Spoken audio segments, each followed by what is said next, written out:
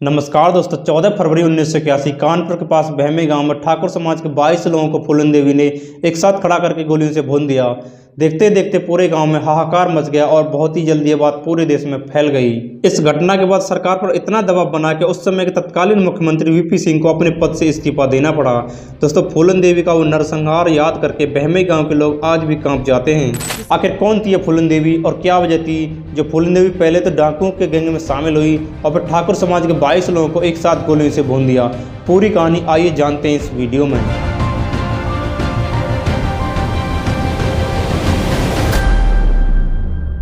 दोस्तों, इस कहानी की शुरुआत होती है 1963 में। जालन के गोरहा का पूर्वा नामक गांव में 10 अगस्त 1963 को मल्लाह जाति में एक लड़की का जन्म होता है जिसका नाम फूलन देवी रखा जाता है। फूलन देवी शुरू से ही साहसी, अपने हक के लिए लड़ने वाली और गलत बात का विरोध करने वाली थी। फूलन देवी के पिता का नाम देवीदीन और माता का नाम मूला देवी था। फूलन देवी सभी भाई बहनों में सबसे छोटी थी, यानी सबसे बड़ी बहन, फिर 2 भाई और सबसे छोटी फूलन देवी। फूलन देवी के पिता काफ़ी गरीब थे। उसके पिता के पास सिर्फ 6 बीघा जमीन थी जिस पर फूलन का ताऊ कब्जा करना चाहता था। अचानक फूलन देवी के दोनों भाइयों की मौत हो जाती है तो फूलन के ताऊ ने सोचा कि अब ये लोग इस ज़मीन का क्या ही करेंगे और इनकी ज़मीन पर कब्जा कर लेता है। फूलन के पिता काफ़ी गरीब थे और फूलन का ताऊ काफ़ी दबंग टाइप का था। इस कारण फूलन के पिता अपने भाई का विरोध नहीं कर पाते हैं, लेकिन फूलन इसका विरोध करती है और अपने ताऊ के घर के सामने धरने पर बैठ जाती है। दोस्तों, इस समय फूलन देवी की उम्र मात्र 10 वर्ष की थी। विरोध करने पर फूलन के ताऊ और चचेरे भाई इसे बहुत मारते हैं, पीटते हैं, क्योंकि फूलन का स्वभाव शुरू से ही गलत बातों का विरोध करने का था। इस कारण अब रोजाना पूरे गांव से फूलन देवी की लड़ाई झगड़े की शिकायतें आने लगीं। इससे फूलन देवी के पिता काफ़ी परेशान हो जाते हैं और सोचते हैं कि करें तो क्या करें। अंत में परेशान होकर वो फूलन देवी की शादी पास ही के गांव के पुत्तीलाल नाम के एक अधेड़ उम्र के व्यक्ति से कर देते हैं। आपको यकीन नहीं होगा दोस्तों, जिस समय फूलन देवी की शादी होती है उस समय फूलन देवी की उम्र मात्र 11 वर्ष की थी और उसके पति पुत्तीलाल की उम्र लगभग 35 वर्ष, यानी फूलन देवी की उम्र से लगभग 3 गुने से भी ज़्यादा। दरअसल पहले ये रिवाज होता था कि शादी तो पहले हो जाती थी, लेकिन गौना मतलब लड़की की विदाई लड़की के बालिग होने पर ही होती थी। लेकिन फूलन देवी की लड़ाई झगड़े के कारण फूलन की विदाई भी साथ में ही कर दी जाती है। अब फूलन देवी अपने ससुराल आती है। यहाँ पर भी वो ऐसे ही रहती है जैसे वो अपने घर पर रहती थी। उम्र बहुत छोटी थी तो उसका रहन सहन बच्चों की तरह ही था, बच्चों की तरह ही खेल खेलती थी। फूलन देवी की सास को इस बात का बहुत बुरा लगता है और वो इसकी शिकायत अपने बेटे यानी कि फूलन देवी के पति पुत्तीलाल से करती है। अब दोस्तों, पुत्तीलाल इस बात के लिए फूलन देवी को बहुत मारता है। इतना ही नहीं दोस्तों, पुत्तीलाल इंसानियत को शर्मसार करके इस महज 11 साल की बच्ची से संबंध बनाने लग जाता है। वैसे तो पुत्तीलाल फूलन देवी का पति था, लेकिन फूलन देवी की उम्र बहुत कम थी और उसकी बिना मर्जी के ये सब करना दुष्कर्म ही कहा जाएगा। फूलन देवी बहुत चीखती है, चिल्लाती है, कराती है। कच्ची उम्र में उसके साथ जबरदस्ती करने से उसके पेट में दर्द होने लगता है और फूलन देवी की तबीयत खराब होने लगती है। लेकिन फूलन देवी के पति पुत्तीलाल पर इस बात का कोई असर नहीं पड़ता है। अब तो ये सिलसिला रोज का होने लगा। पुत्तीलाल फूलन देवी के साथ रोज दुष्कर्म करता और फूलन देवी बस चीखती और चिल्लाती रह जाती। करीब 1.5 से 2 साल तक ऐसे ही सिलसिला चलता रहा। एक दिन मौका पाकर फूलन देवी अपने ससुराल से अपने पिता के घर आ जाती है और अपने माता पिता से अपनी आप बीती सुनाती है। लेकिन फूलन देवी के माता पिता पर इसकी खराब तबीयत देखकर भी कोई असर नहीं पड़ता है। एक दिन की बात है, गांव का सरपंच ही का बेटा जंगल में फूलन देवी से छेड़छाड़ कर देता है। फूलन देवी विरोध करने वाले स्वभाव की तो वैसे ही होती है, वो इस सरपंच के बेटे को बहुत मारती है। ये बात वो सरपंच का बेटा गांव में आकर बोल देता है। तब गांव में पंचायत बैठती है और पंचायत में उल्टा फूलन देवी पर ही आरोप लगाया जाता है कि ये तो गांव के माहौल को खराब कर देगी और पंचायत फूलन देवी को गांव से बाहर जाने का आदेश दे देती है।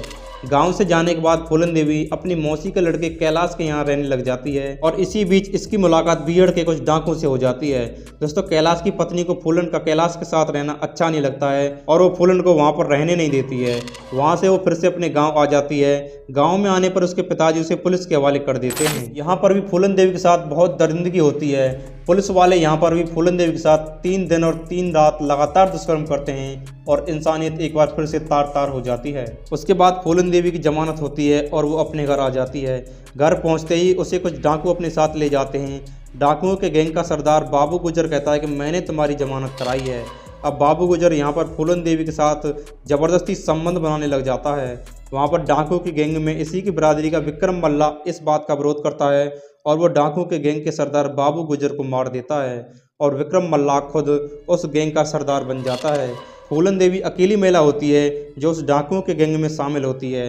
विक्रम मल्ला फूलन देवी को ट्रेनिंग देता है, उसे हथियार चलाना, पहाड़ों पर चढ़ना, चोरी, लूटपाट सब कुछ सिखाता है।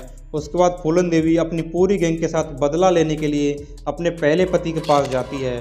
यहाँ पर पुत्तीलाल की दूसरी शादी हो चुकी थी। फूलन देवी पुत्तीलाल को घर से पकड़कर खींचकर बाहर लाती है और एक पेड़ से बांधकर गांव वालों के सामने बड़ी बेरहमी से मारती है और वहाँ पर एसपी के नाम एक चिट्ठी लिखती है कि अगर किसी गांव वालों ने अपनी लड़की की शादी कम उम्र में की तो उसे जान से मार दिया जाएगा।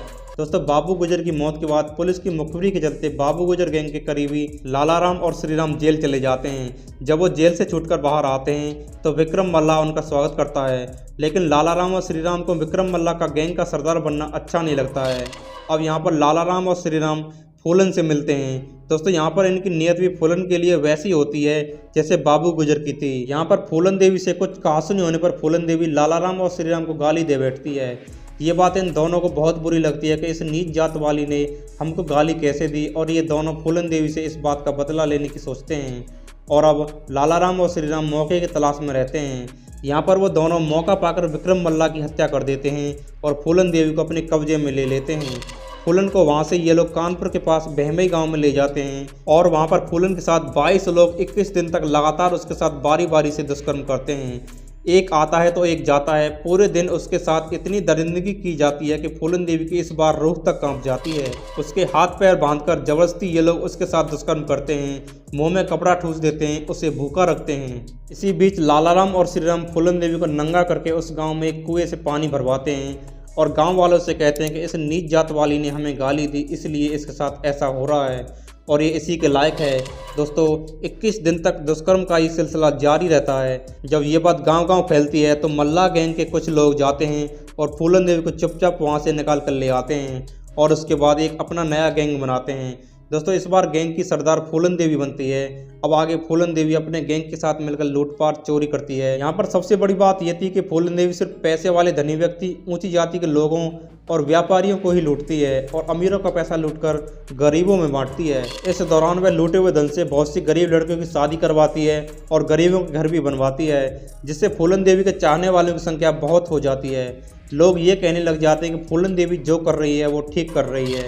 इसी बीच कहीं से ये पता चलता है कि लालाराम और श्रीराम राजपूत समाज में हो रही एक शादी में शामिल होने वाले हैं, तो वो अपने पूरे गैंग के साथ पुलिस के बेस में उस गांव में धावा बोल देती है। जब लालाराम और श्रीराम वहां पर नहीं मिलते तो फूलन देवी का गैंग उस गांव के लोगों को घरों से खींचकर बाहर ले आते हैं।